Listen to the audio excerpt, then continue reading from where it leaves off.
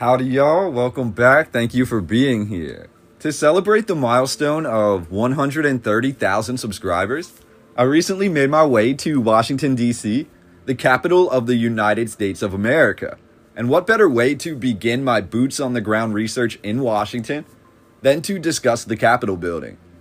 We will begin our journey, however, in the National Arboretum, as within these grounds are housed the original 24 National Capitol columns, which stood supporting the east portico of the Capitol building from 1828 through 1958, and they were built as part of the original construction. Honestly, coming upon these immense columns within the sprawling landscape of the Arboretum is quite jarring. Instantly, I was filled with a sense of awe, as if I was witnessing something profoundly important, but equally as mysterious. And these columns were installed in the ellipse meadow of the Arboretum only in the mid-1980s at the behest of landscape architect Russell Page. Fixed upon a rolling meadow, the columns are accompanied by a foundation of stones and steps that were also said to have been taken from the east side of the original Capitol building. Again, this all becomes rather fascinating, given these aspects of the original Capitol had been meticulously removed in 1958, only to be kept in private storage for the next 25 years or so, before being reintroduced to the public in elaborate ceremony. The current narrative also describes a lavish reflecting pool, which was present upon my visit there, but today it appears extremely dilapidated and doesn't appear to be functioning. The columns were also restricted or off limits, and the area was fenced off. But within this arrangement stands 22 of the original 24 Corinthian columns, and the other two remaining columns are just at the summit of Mount Hamilton, which is also within the grounds of the National Arboretum. However, I couldn't thoroughly dive into this video without looking further into the history of the Capitol building and providing you with some eerily detailed photographs of the original structure. A key point of emphasis, some would say a point of contention, would be the founding of the original Capitol structure and the immense dome, which was replaced shortly after the conclusion of the Civil War. First and foremost, the Capitol building is the origin of the city of Washington, D.C. And from a design standpoint, this means that when Washington, D.C. was first designed, the Capitol building was the exact center of the city, forming the point from which the street numbering system began, and also being the exact intersection point of the four quadrants that formed Washington, D.C. The original plan for Washington, D.C. was a near-perfect square shape, with the Capitol building directly in the middle. We've all seen the city plan for Washington today, and the symbols and shapes that are contained within.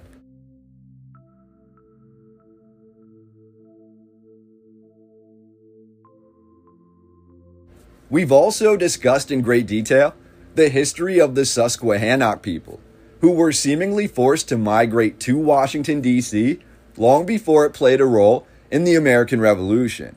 The Susquehannock clearing and developing the landscape in the 17th century before they were accused by local settlers of raiding, and then the Susquehannock were forced from Washington, D.C. back to their original home forts in York and Lancaster counties in Pennsylvania. Seemingly, the colonists or the governments behind them purposefully had the Susquehannock indigenous people develop Washington, D.C. based off the Susquehannock's reputation for creating hardy settlements and forts, and then the Susquehannock were forcibly removed once the land had been properly developed. Adding fuel to this hidden facet or theory regarding history, we're told prior to the United States Capitol being in Washington, D.C., the United States Congress and its predecessors called Independence Hall and Congress Hall in Philadelphia home. Of note, Philadelphia was for centuries a stronghold of the Lenape people. When accused of raiding in Washington, D.C., and war was declared on them, we are told anywhere from 60 to 90% of the Susquehannock amalgamated with nearby tribes, mostly the Lenape in Pennsylvania, meaning Philadelphia was most likely built, at least partially, by Lenape and Susquehannock people. Besides Philadelphia, the United States Congress also previously called Federal Hall in New York City home. The Susquehanna River, named for the Susquehannock, stretches from Maryland up to New York State, and the Susquehannock were said to be well known to the original Dutch settlers of New York City. The United States Congress also called Annapolis, Maryland, nearby to D.C., and Princeton and Trenton, New Jersey, their bases of operations previously. Princeton, as you know, is home to one of the earliest Ivy League schools in America and has coveted the secret history of America and the Susquehannock people for centuries.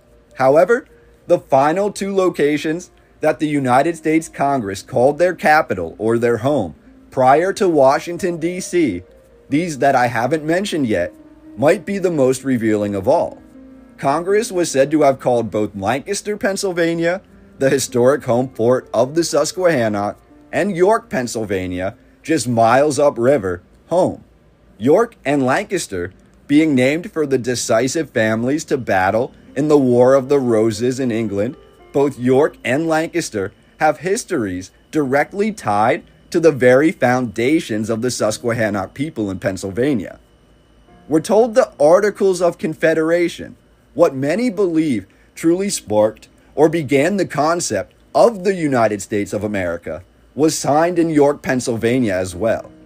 Amazingly, but not surprisingly, the reason Washington, D.C. was chosen in the current narrative is rather murky at best. Essentially, we're led to believe that Alexander Hamilton, of all people, petitioned the Congress and the North, who refused to have their capital below the Mason-Dixon line, claiming he had a plan to build the capital city for next to nothing and reduce debt if the North agreed to build the capital along the Potomac River.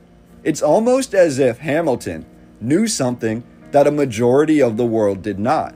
It's almost as if there was already an infrastructure in place in Washington, complete with roads, settlements, and trade routes, which had been shaped by an earlier group of people, which made constructing the capital city here rather affordable as it was mostly being founded. But I digress. Congress then was said to have met in Philadelphia for the next 10 years as Washington, D.C. was fully developed. We're also told until roughly the year 1800, the term capital didn't refer to the center of government or the structure that housed it, but rather up until that point in history, the word capital, spelled with an O, originally denoted but one structure, the Capitoline Hill in Rome and the Temple of Jupiter, which stood on top of it. We're told this temple was often misconceived throughout history as the location for senator meetings in Rome, and thus the term began being applied to legislative buildings in America beginning in the year 1800, followed by the rest of the world also following suit. The first such building was the Williamsburg Capitol in Virginia, of which Thomas Jefferson was a member of the House of Burgesses. Falling in love with the name Capitol, he chose that name for the new structure to house the United States government in Washington, D.C. Or could it be even simpler than that? And could there be evidence that the United States is actually a continuation in some form of ancient Rome, brought back from the shadows through the discovery and founding of ancient ruins in America, possibly of Greek, Roman, or Phoenician origin? And could these all be tied to different groups of indigenous people? I've made a video previously diving deep into published articles from the 19th and 20th centuries presenting evidence that the Susquehannock not only may be descendants of the mound builders who constructed massive settlements, cities, earthworks, and effigies across America, but furthermore, we looked at evidence that suggests that the mound builders and the Susquehannock may have descended from ancient Greek stock, arriving to America shortly before or around the time of the fall of Rome. Among the evidence is a description of some major words in the now extinct Susquehannock language, as well as their words for numbers. We also look at creation legends and specific deities, which suggest a strong similarity between ancient Greece and the Susquehannock people who may have founded Washington, D.C. But I digress. Now, here is where we get to a really interesting aspect of this narrative, and please excuse the rapid name and fact dropping, but this becomes really difficult to digest. We're told a design contest was held for the Capitol building in Washington beginning in roughly 1792. Previously, the plan of Peter Pierre L'Enfant, a world-famous French architect, was chosen. Pierre had also designed the city plan of Washington, D.C., more than likely pulling from the layout of the landscape which already existed from the Susquehannock time.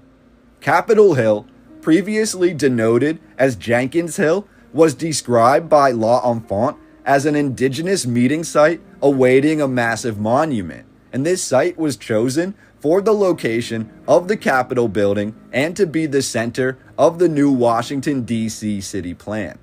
We're told by the end of 1791, stone was already being shipped to Washington from quarries in Virginia, and in 1793, a full Masonic ceremony was said to have been held, being the most lavish Masonic ceremony to that point in American history, which was said to have included President George Washington and the other 8 highest-ranking Freemasons in America, all in full Masonic regalia, laying the cornerstone to the Capitol building. However, Pierre the Frenchman was dismissed from designing the Capitol building, and the contest to find a new architect was held. Would you believe it? Nearly all the entries into this contest were said to be from French architects, and for some reason, Washington and the Freemasons refused to allow the French to design the Capitol building in America. It's almost as if the Revolutionary War was one group of Freemasons dissenting from the main group who controlled Europe from within France. But again, I digress. That is just a theory.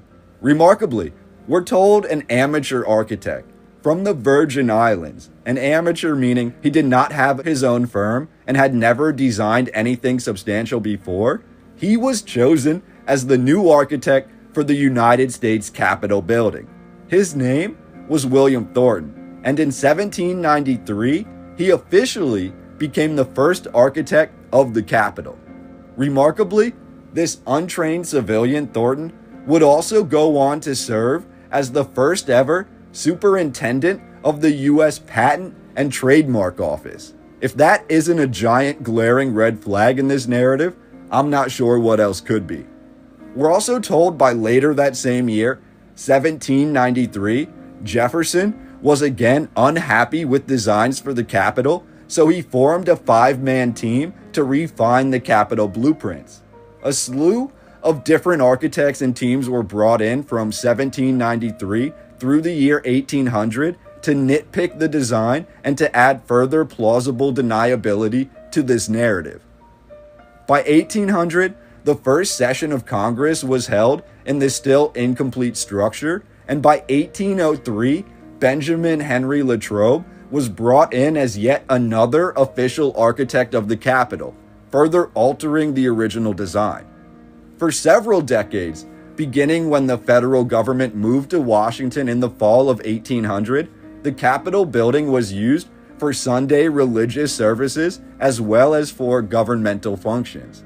Not long after the completion of the north and south wings of the building, the Capitol was all but destroyed in 1814 during the burning of Washington by the British, an act of the War of 1812. Following the fire, the Capitol was rebuilt until roughly 1826, and during this time, Congress and the whole of the government met in another rather interesting building known as the Old Brick Capitol, an exquisitely large brick structure also on the Capitol Hill in Washington. The Old Brick Capitol also has a very interesting history. We're told the old brick Capitol was first founded in the year 1800, serving as one of Washington's first taverns and hostels to the rich governmental clientele. Then, following the burning of Washington in 1814, this massive tavern was said to have been torn down brick by brick and rebuilt using the same exact bricks to form the old brick Capitol. The inauguration of James Monroe actually took place here in 1817, and following the rebuilt Capitol building being completed in 1826, the old brick Capitol would go on to serve as a schoolhouse and a jail, amongst other things.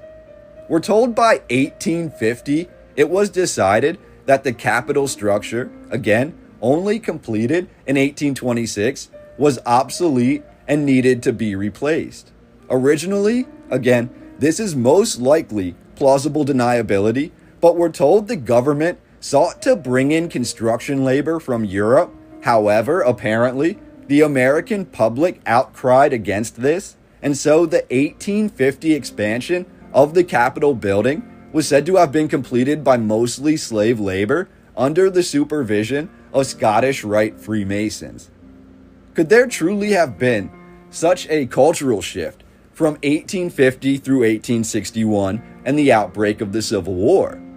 The 1850 extension of the Capitol building more than doubled its size, leading to the removal of the epic original dome of the Capitol building to be replaced by the cast iron dome, which still stands today. The first dome, however, was said to have been designed by the original architect, William Thornton, the whole way back in 1792, and was inspired by the Pantheon in Rome. And we're told each subsequent architect played a key role in extending or expanding this original dome, which was said to have been completed by Charles Bulfinch in 1823 at a cost of roughly $120,000. This dome was 96 feet tall, built of stone and brick, which was surrounded by a second dome made of wood and gilded copper that stood even taller at 140 feet. On top of this original dome stretched a 24-foot wide oculus, which provided ample sunlight to the magnificent structure. For more than 2 decades, the dome, which had eventually turned green, greeted visitors to the capital city. Others have theorized that the green of the dome shown in some of the original photographs seems to indicate that the dome may be far older than the current narrative gives it credit for. Either way, we're told by 1855, Congress had ordered for the complete removal of the original dome to be retrofitted with the epic cast iron dome that still stands today.